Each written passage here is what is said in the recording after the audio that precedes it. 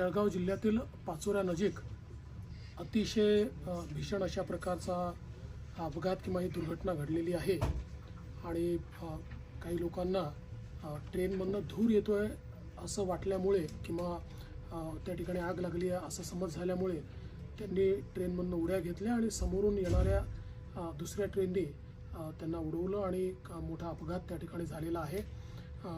आमचे मंत्री गिरीश महाजनजी अपघाताच्या स्थळी पोहोचलेले आहेत।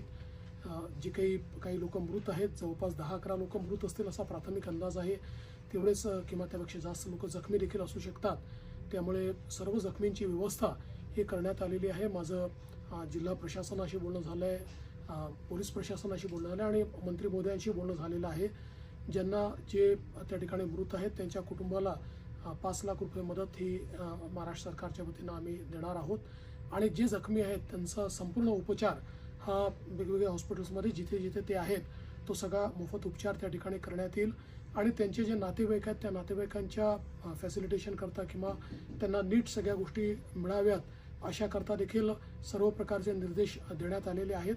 अतिशय दुर्दैवी अशा प्रकारची घटना आहे आणि मंत्री आमचे गिरीश महाजन या संपूर्ण जी काही घटना आहे त्या घटनास्थळी पोहोचून सर्व प्रकारच्या गोष्टी हँडल करत आहेत।